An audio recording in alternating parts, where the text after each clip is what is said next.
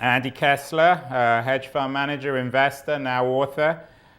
You've done some pretty smart investments in your time, Real Networks, a number of others.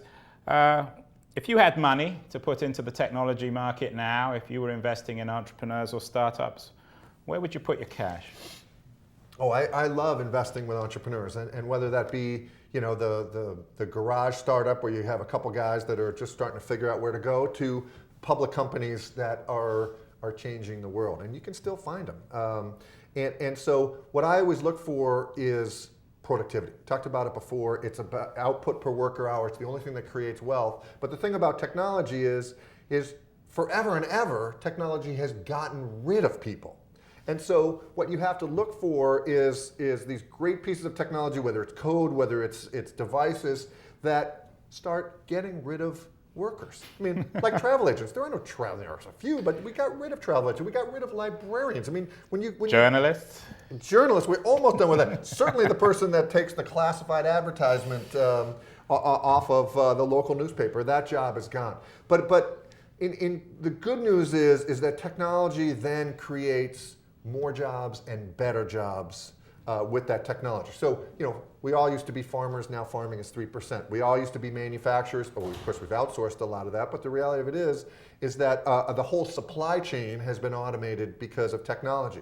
Now, we don't ask for directions, we pull out our iPhone with GPS on it, and we get emails instead of having executive assistants, and it goes on. And there's a whole classification of jobs that are still yet to go. We can get rid of them. Well, what are they? Well, they're marketing managers, salesmen, doctors, lawyers. I mean, these are very high-paying jobs that, think about doctors. Most doctors, at least the frontline doctors, kind of put a stethoscope up your nose or wherever they put it, and then they get a rubber hammer and bang your knee, and they're going to tell you whether you're going to have a heart attack or cancer. Well, no.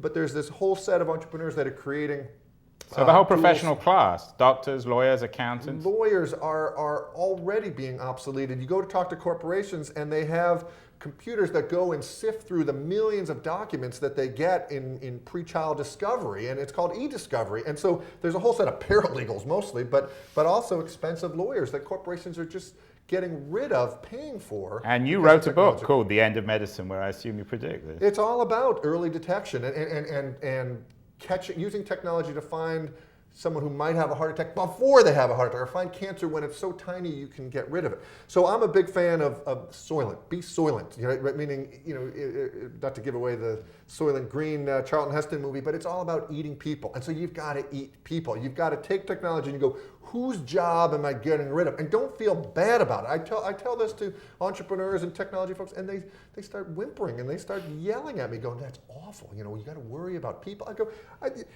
yes, of course you got to worry about people. We have safety nets upon safety nets in this country, but you've got to retrain a whole generation of folks and not have them be insurance adjusters and travel agents and the like, but to get better, higher paying service economy jobs. So what you're saying then is if an entrepreneur wants to quantify the value of their startup, they should figure out how many people they're making unemployed, and the more the better. Well, not so much unemployed, but whose jobs they're eliminating over the cycle of... if you lose your job, you're unemployed, right? Well, until you go and find a better one. But the answer is yes. If people cost the corporation $100,000 year after year after year, certainly they'll pay you $50,000 for that piece of technology to get rid of each worker that they're. I mean, look at Salesforce.com. I mean, do you know how many people are out of jobs because Salesforce.com helps automate that task? They're mostly sales assistants so far. Google has put an enormous number of people out of jobs. And how? Well, if you look at AdWords and how you pay for those ads, it's all some subset of the cost of the people that you're getting rid of. I think it sounds, just terrible, and it's like I'm a heartless jerk, but the reality is, go back in technology, every cycle, it's about getting rid of people. Well, and yet the economy continues to grow. I think you are a heartless jerk, but most people will probably disagree with me. Finally, in 5 seconds, what's the next big sector? What is the next big sector that's going to create tens of thousands of unemployed people and a few lucky technology No, I think billionaires. we've only begun to tap the One sector, Andy, that's all I'm looking for. let's call it voice, Voice?